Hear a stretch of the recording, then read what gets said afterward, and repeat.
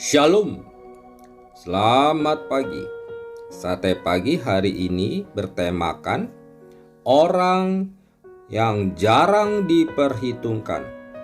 Adapun firman Tuhan terambil dari Yosua pasal 1 ayat 1 dan 2 dan Markus pasal 10 ayat 44. Dalam Yosua 1 ayat 1, inilah pertama kali disebutkan bahwa Tuhan berbicara kepada Yosua. Meski telah lama mengikut Musa, bukan berarti Yosua memiliki kesempatan yang sama seperti Musa, yang dapat mendengar dan berbicara secara langsung dengan Tuhan. Selain itu, tidak seperti Musa, nama Yosua pun jarang sekali disebutkan di dalam kitab Taurat. Pertama kali namanya disebutkan adalah di dalam Keluaran 17, di mana Yosua berperan besar dalam perperangan, yakni sebagai pemimpin perang melawan orang Amalek. Meskipun begitu, tetap saja yang menjadi tajuk utamanya adalah Musa, yang mengangkat tangannya bersyafaat bagi Israel. Kisah lain yang diketahui mengenai Yosua adalah perannya bersama Kaleb sebagai dua pengintai yang beriman. Selebihnya, semasa Musa masih hidup, Yosua lebih dikenal sebagai abdi yang selalu mengikuti Musa.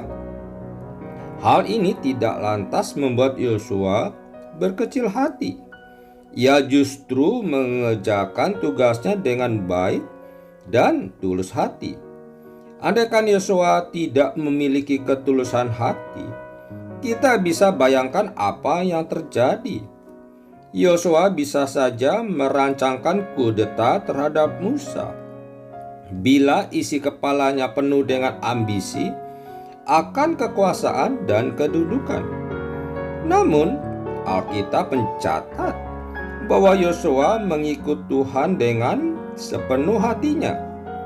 Rasanya memang tidak banyak orang yang bersedia berada di urutan kedua, yang hanya menjadi ekor dan bukannya kepala, atau menjadi bayang-bayang orang lain.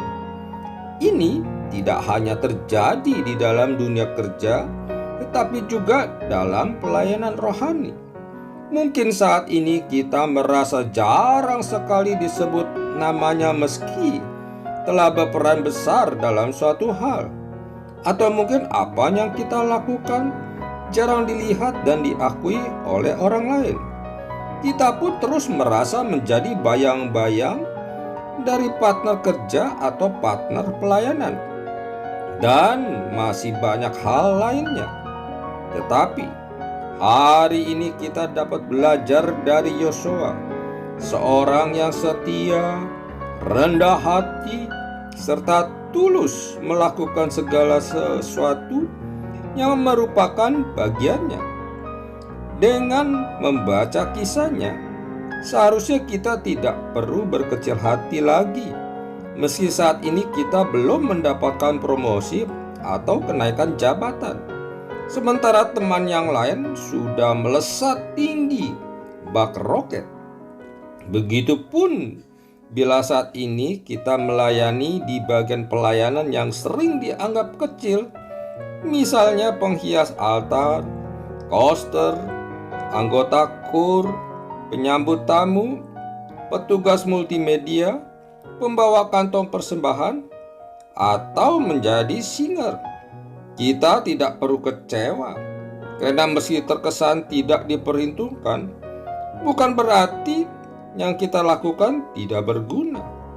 Bisa saja hal-hal yang menjadi tanggung jawab kita saat ini adalah bekal yang sedang Tuhan persiapkan bagi kita untuk hal-hal yang lebih besar nantinya, yang bisa jadi tidak pernah terpikirkan oleh kita. Jadi, yang seharusnya kita lakukan adalah kerjakan apapun yang menjadi tugas dan tanggung jawab kita dengan sebaik mungkin. dan hati yang tulus, atau motivasi untuk memperoleh kedudukan, kehausan, uang, dan lain sebagainya, karena semuanya ini adalah bonus, bukan fokus kita. Amin. Mari kita berdoa. Bapa Surgawi, terima kasih untuk firman-Mu yang mengingatkanku agar setia dan tulus mengerjakan apa yang Engkau percayakan kepadaku saat ini. Di dalam nama Tuhan Yesus aku berdoa. Amin.